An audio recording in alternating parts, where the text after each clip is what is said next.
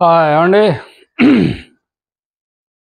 పవన్ కళ్యాణ్ గారిని ఏదో మంచి చేసుకుని ఉమ్, సెంట్రల్లో ఏదో ఈయనకంటూ ఓ పరపతి ఉంది. సెంట్రల్లో ఉన్నటువంటి కీలకమైనటువంటి నేతలు అంటే ప్రధాని కావచ్చు, లేకపోతే అమిత్ షా కావచ్చు, వీళ్ళందరూ కూడా పవన్ కళ్యాణ్ అంటే ఎంతో కొంత నమ్మకం, అభిమానం, గౌరవం ఇవన్నీ ఉన్నాయి కాబట్టి అతన్ని బాగా ఎంకరేజ్ చేసి సెంట్రల్ నుంచి నిధులు తెప్పించుకుందాం అనే ఆలోచన మన రాష్ట్రంలో ఏ నాయకుడికి కనపడతలేదండి. ఎవ్వరికీ కనపడలేదు. నిజంగా మొన్న ఈ కాంగ్రెస్ నాయకుడు మాజీ పార్లమెంట్ సభ్యులు ఉండవల్లి అరుణ్ కుమార్ గారు ఒక మాట అన్నాడు. పవన్ కళ్యాణ్ ఆంధ్రప్రదేశ్కి ఒక ఆశా జ్యోతి అని అన్నాడు. దేట్రా బాబు, ఇంత పెద్ద పదం ఉపయోగించాడు ఇతను. అసలే వ్యంగ్యాస్త్రం స్పందించే వ్యక్తి ఇతను. ప్రతి ఒక్కడి గురించి వ్యంగ్యంగా గోదావరి ఎటకారలో మాట్లాడే నాయకుడి ఉండవల్లి. ఇతను నోటంట పైగా పవన్ కళ్యాణ్ కొన అతను ఏదో సోనియా గాంధీని పొగిడాడు, రాజీవ్ గాంధీని పొగిడాడు, రాహుల్ గాంధీని పొగిడాడు అంటే అది వేరే విషయం. ఆ పార్టీలోనే పుట్టి పెరిగాడు కాబట్టి వాళ్ళు పొగడొచ్చు. అలా at the same to Rajasekhara Reddy గారిని పొగిడినా కానీ మనం ఆశ్చర్యపోయిన అవసరం లేదు. కానీ అతను పవన్ కళ్యాణ్ పొగిడాడు. పొగటం అంటే మామూలు పదం ఉపయోగించలేదు. ఆంధ్రప్రదేశ్కి ఆశా కిరణం, ఆశా జ్యోతి అన్నాడు. దానికి డీటెయిల్గా చెప్పాడు అతను. ఇంకేదంటే ఇతను పవన్ కళ్యాణ్కి కేంద్రంలో ఉన్నటువంటి పెద్దలతో మంచి సంబంధాలు ఉన్నాయి. ఇదే అవకాశం, విభజన హామీలు దక్కించుకోవడానికి ఇదే అవకాశం. ఈ విభజన హామీలన్నీ మనం సాధించుకుంటే కేంద్రంతో మంచితనంగా కేంద్ర పెద్దలను ఒప్పించి విభజన హామీలన్నీ మనం చేయించుకుంటే ఆంధ్ర రాష్ట్రం అభివృద్ధి ఓ రేంజ్కి వెళ్ళిపోతుంది, గ్రోత్ కూడా బాగా పెరిగిపోతుంది. ఇది కేవలం పవన్ కళ్యాణ్ మాత్రమే చేయగలడు.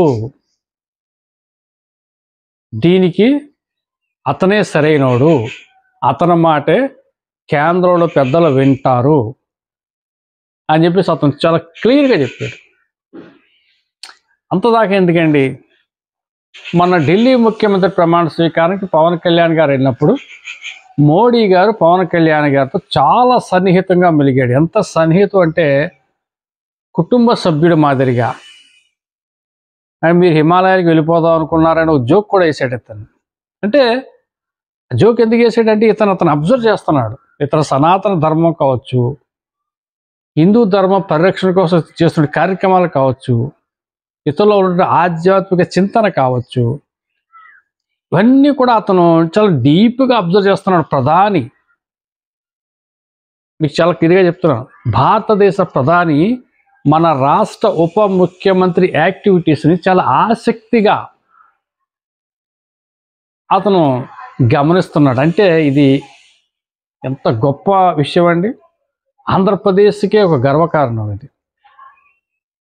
మన డిప్యూటీ సీఎంని ప్రధాని అంతగా అబ్జర్వ్ చేస్తున్నాడు అంటే మరి అటువంటి డిప్యూటీ సీఎంని అబ్జర్వ్ చేస్తున్నాడంటే అతని మీద ఎంతో కొంత గౌరవం, అభిమానం, నమ్మకం ఇవన్నీ ఉన్నాయి కదా. మరి అటువంటి డిప్యూటీ సీఎం నా రాష్ట్రానికి ఇది కావాలంటే వాళ్ళు కాదంటారు కదా. మరి అతన్ని మనం ఏం చేయాలి? అప్పుడు ఈ డిప్యూటీ సీఎంని ఎంకరేజ్ చేయాలి. రాజకీయంగా ఇంకా ఉన్నత శిఖరాలకి చేరుకోవాలి, రాజకీయంగా ఇతను ఇంకా పరిపూర్ణత కావాలి, ఇంకా ముందంజలో వెళ్ళాలి అని చెప్పేసి ఈ రాష్ట్ర నాయకులు అతనికి ఎంకరేజ్ చేస్తే ఆ ఎంకరేజ్మెంట్ రాష్ట్రానికి ఉపయోగపడుతుంది. అది లేదు, అది వదిలేశారు. ఎంతసేపు ఒకడంటాడు పవన్ కళ్యాణ్ పరిపాలన వదిలేసాడు, పవన్ కళ్యాణ్ గుళ్ళుకెళ్ళి దండాలు పెట్టేసుకుని పెద్ద తప్పు చేసేస్తున్నాడు, పవన్ కళ్యాణ్కి రాజకీయాలు తెలియవు, ఇలాగా అతను ఎంకరేజ్ చేయాల్సింది పోయి అతను డిస్కరేజ్ చేసుకుంటూ వస్తున్నారు. ఇంకా ఇంకో నాయకులు కదా కొంతమంది ఏకంగా ఆ డిప్యూటీ సీఎం వాళ్ళలోనే ఎవరినో ఒకరు తీసేసుకుందాం అంటే ఇతను డమ్మీ చేసేద్దాం. ఈ తతంగం జరిగింది కదా, మనం చెప్పుకున్నాం. ఇంకా అది మళ్ళీ చెప్పుకోవటం అనవసరం, ఓవర్ యాక్షన్ అయిపోద్ది. అయితే చూసారా ఇక్కడ పరిస్థితి ఎలా ఉందో చూడండి. ఆంధ్ర రాష్ట్ర కొంతమంది నాయకుల కోసం చెప్తున్నాను. వీళ్ళు ఇతన్ని ఎంకరేజ్ చేసి ఇతరుల ద్వారా రాష్ట్రం నుంచి కేంద్రం నుంచి రావాల్సినటువంటి నిధుల్ని రాష్ట్రానికి రాబట్టుకుంటే అది మంచి పనా? ఇదే అవకాశం కేంద్రంలో మోడీ ప్రధానిగా ఉన్నాడు. మన డిప్యూటీ సీఎం పవన్ కళ్యాణ్తో మంచి బాండింగ్ ఉంది. ఈ అవకాశాన్ని మనం సద్వినియోగం చేసుకుందాం, విభజన హామీలను మనం ఇప్పుడే దక్కించుకుందాం అనేసి ఇతను ఏమైనా ఎంకరేజ్ చేస్తానంటే లేదు. పేరు వచ్చేద్ది ఎంకరేజ్ చేస్తే.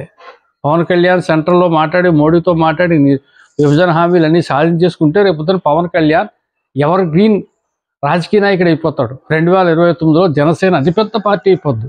ఇది వాళ్ళు తట్టుకోలేరు. ఆ జలసి, ఆ బాధ, ఆ కుళ్ళు ఓ ముక్కలో చెప్పాలంటే. దీంతో ఏం చేస్తారంటే ఇతని రకరకాలుగా అంతాకెందుకండి ఈ పవన్ కళ్యాణ్ ప్లేస్లో ఇప్పుడు ఇతనిపై ఏడిసే నాయకుల్లో ఎవరో ఒక నాయకుడు ఉంటే చూడండి, పత్రికలు ఎత్తి పాడేస్తాయి. ప్రపంచంలో అత్యంత ప్రభావితమైనటువంటి నాయకుడు అని చెప్పేసి అతని కోసం పొంకానుగా వార్తలు రాసేస్తారు. అతను ఢిల్లీ వెళ్తే వార్త, ప్రధాని పక్కన కూర్చుంటే వార్త, ప్రధాని ఏదో 10 రూపాయలు ఇస్తే పెద్ద వార్త. ఇవి కానీ ఇక్కడ మరి చేయరు. ఎందుకు? పవన్ కళ్యాణ్ పేరు వచ్చేది. రేపు పొద్దున్న 2029లో జనసేన నుంచి ఏకైక అత్యధిక సీట్లు సాధించి ముఖ్యమంత్రి అయిపోతాడేమో అని భయం. అవ్వకూడదు. ఎవరైనా పర్లేదు కానీ పవన్ కళ్యాణ్ ముఖ్యమంత్రి అవ్వకూడదు. పవన్ కళ్యాణ్ కేంద్రంలో పేరు తెచ్చుకోకూడదు. పవన్ కళ్యాణ్ ద్వారా ఏ సమస్య పరిష్కారం కాకూడదు. పవన్ కళ్యాణ్ ద్వారా విభజన హామీలు సాధించుకోకూడదు. ఇంకెవరైనా చేయొచ్చు ఆ పని, పవన్ కళ్యాణ్ చేయకూడదు. బాధ తట్టుకోలేరు. అందుకే వీళ్ళందరూ రకరకాల స్టేట్మెంట్లు ఇతని మీద. నేను ఫైనల్గా ఒకటే చెప్తున్నాను, ఈ ఏడుపు ఏడ్చే బదులు అతన్ని ఎంకరేజ్ చేయండి అయ్యా బాబు. పోనీ ఎంకరేజ్ చేయలేదు కదా, డిస్కరేజ్ చేయకండి. నోరు మూసి కూర్చున్నా పర్వాలేదు. అతను రేపో మాపు ఉండవల్లి అరుణ్ కుమార్ చెప్పినట్టు విభజన హామీలు దక్కిస్తాడు, రాష్ట్రాన్ని స్టేజ్కి తీసుకెళ్తాడు. చేతనైతే సలహాలు ఇవ్వండి, లేకపోతే నోరు మూసి కూర్చోండి. Okay, thank you.